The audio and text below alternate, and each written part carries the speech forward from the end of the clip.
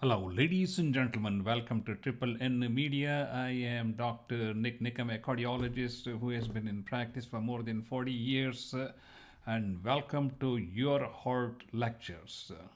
The feature presentation today is what questions you need to ask if you have a pacemaker. So let us begin with the feature presentation. Is a diagram showing how a pacemaker is placed in the chest and in the heart. Here, a pocket is made in the shoulder, and from there, the wires are passed into the veins that goes on into the right upper chamber and the right lower chamber. There may be a third wire that might go around the vein to activate the left side of the heart. So the battery is connected and the battery generates the electrical impulse. So that is, in a sense, what a pacemaker is and how it is placed. There are different kinds of pacemakers available, namely single chamber pacemaker.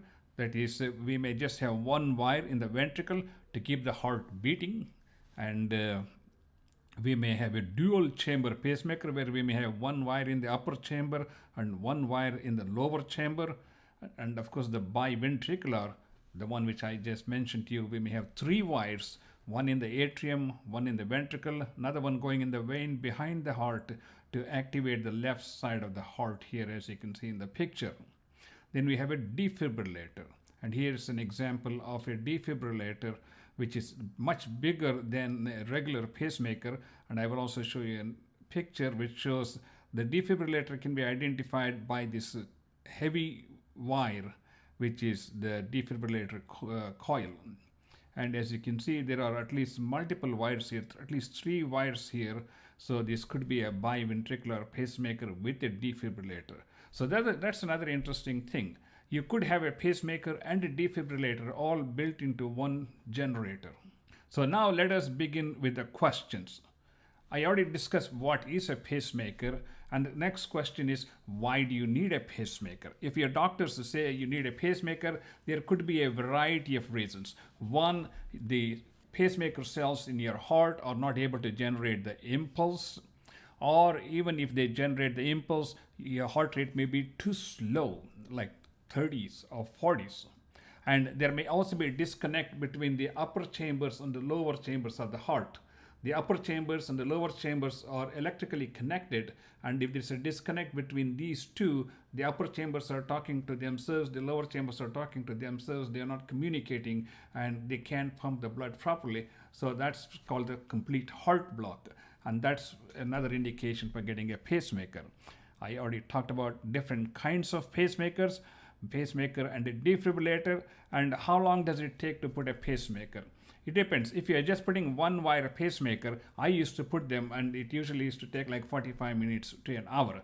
We make an incision here in the shoulder, then we put a needle in the vein, we put a sheath inside the vein, and through that sheath we pass the wire, and the wire is placed in the chamber of the heart, and it is connected to the battery, and we close up the skin with subcutaneous sutures, and the whole procedure may last for an hour. But if you have putting a defibrillator or something like that with three wires, it may take 2 to 3 hours.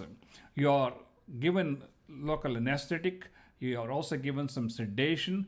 You are not going to be under general anesthesia when you get a pacemaker. As I said, you're not going to be asleep during the procedure. You may be groggy, but you'll be alert and be able to answer questions. So let us continue with the questions. How long is the recovery after a pacemaker?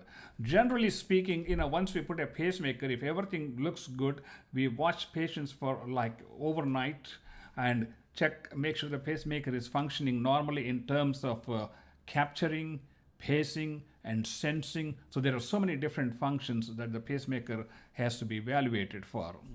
Will I feel anything? You may feel a little bump in your shoulder, and it may take some time for you to get used to it, but otherwise you should not feel anything. But if you have a defibrillator, it may be a little bigger bump in the chest, and that's the main thing. What is a shock from a pacemaker? Usually you should not be getting a shock from a pacemaker. If the pacemaker is irritating your diaphragm and giving you a shock with each heartbeat, it's possible the pacemaker might have gone through the heart muscle and is activating the diaphragm. That's a very rare complication. I don't even want to, talk about it. Anyway, the pacemaker shouldn't be giving. The only time you'll get a shock, that's like a big jolt, that is when the defibrillator goes off. If the defibrillator recognizes an irregular heart rhythm that is dangerous and it decides to shock, it sends the electrical jolt to the heart, and you're going to feel that thump. And I'll tell you, it will wake you up from sleeping or sitting, whatever position you are. Okay, how long does a pacemaker last? I would say, how long does a pacemaker battery last? The battery can last anywhere from 8 to 10 years. So these are pretty long, these batteries last pretty long time. And eventually we may have to replace the pacemaker battery. Do we need to replace the whole battery or do we need to replace the whole pacemaker? That depends upon your condition at that time. If your pacemaker was just one wire pacemaker and later on you have developed more advanced heart disease and you need like a dual chamber or a biventricular pacemaker, they may have to put new leads, and sometimes they cap off the old lead and just leave it. They don't want to take it out. And then a new pacemaker is placed. Does the pacemaker cause rapid heartbeats? There is what a term called runaway pacemaker. Sometimes the pacemaker may sense an impulse which is not appropriate, and sometimes it may respond with a rapid heartbeat. And of course, we also see these rapid heartbeats when we have a defibrillator, which can kind of turn off these atrial fibrillation with rapid response using rapid sequence pacing. So that's very rare, so that shouldn't be a major issue if you're just getting a simple pacemaker. How do I know the pacemaker is working okay? Well, that's why you need to be coming to the clinic every 3 months to 6 months for follow-up. Some of these can be done using telephonic equipment. Your pacemaker is analyzed for the battery life. It is analyzed as to whether it is pacing properly. It is checked for whether it is sensing properly. It is also going to be checked for whether the heart muscle is able to capture the impulse, and if the heart rate is okay, and if all the other things of the pacemaker parameters in terms of amplitude, width, and all these things are fully recorded. Pacemaker is like a supercomputer. I mean, that's why you pay $20,000, $30,000 for that. It not only does the function of pacing your heart, it remembers every heartbeat since the time the pacemaker was put in. So it has a complete history of everything that has gone through until the time of the examination. So that's a great thing about these new modern pacemakers. What is the pacemaker heart rate set at? Generally, the pacemaker heart rate is set between 50 to 70 beats per minute, and it could vary depending upon the condition. And generally, we just like to set it to the lowest minimum possible. Does my blood pressure machine read wrong readings of heart rate when I have a pacemaker? That's a good question, because sometimes there could be extra beats that are happening between the pacemaker beats, which will tell the pacemaker, hey, I'm already beating the heart, so you don't need to beat. So the rate may look slower than what the actual rate is, but that can be monitored with an electrocardiogram or like a Holter monitor. Does microwave affect my pacemaker?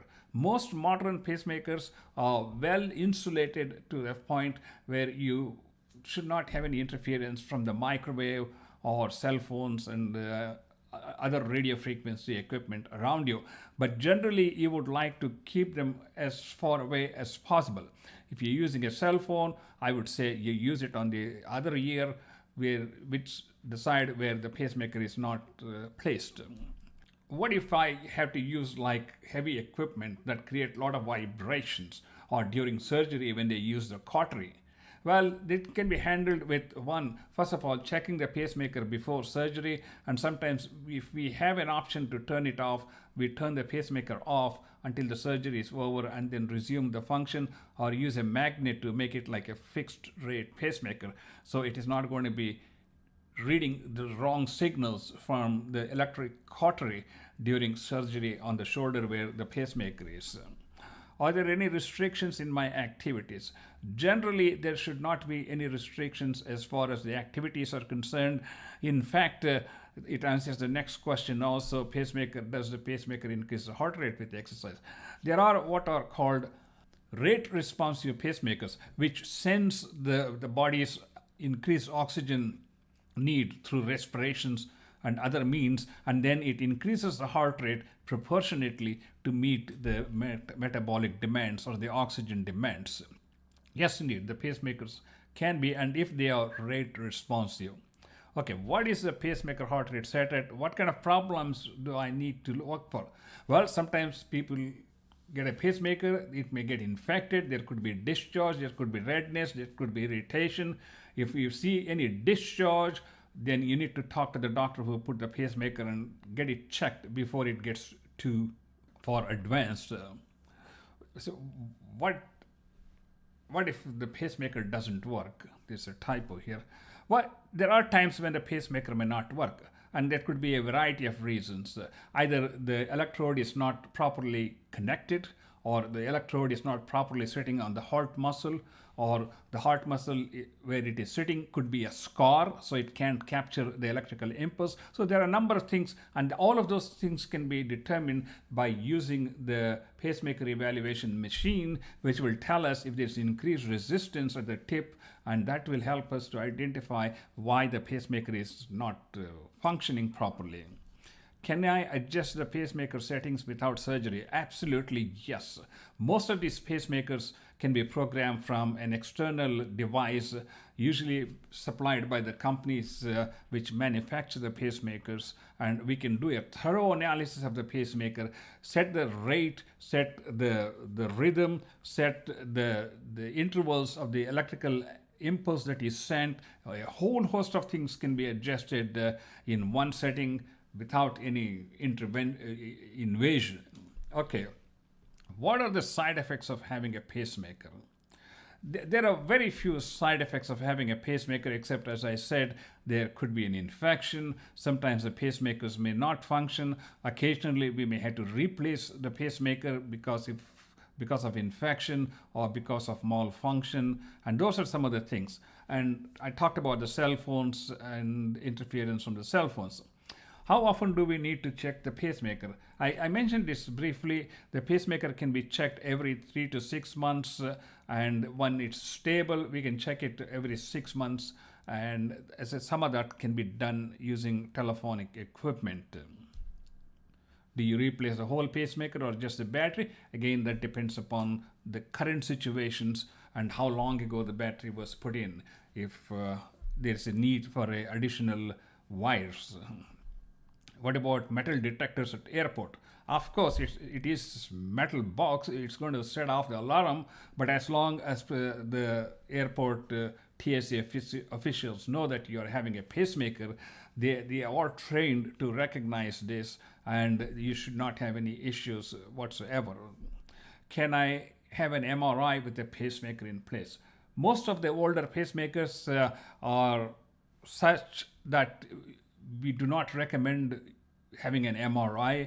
Some of the most recent ones are able to allow the patients to have an MRI, and that's something only your doctor, the radiologist, can determine as if it is safe to do the MRI. Of course, we have to call the company to see what brand the pacemaker was, when it was put in, and whether this is MRI safe. And finally, what about using power tools? As I said, anytime I use like welding or power jack, something like that, it transmits a lot of vibrations. And when these vibrations may be picked up by the pacemaker, I say, oh, this is another heartbeat. No, that's not another heartbeat. So that's why these things, you need to use them with caution, because the newer pacemakers are well insulated, so they don't recognize any signals that are not coming from the heart, but it is safer to be using them on the other side if you can. Okay, that is okay, ladies and gentlemen, that was a very quick rundown of some of the questions you need to ask about pacemaker. If you have a pacemaker and you have several other questions, please put them in the comments and we will try to make another video about pacemaker questions.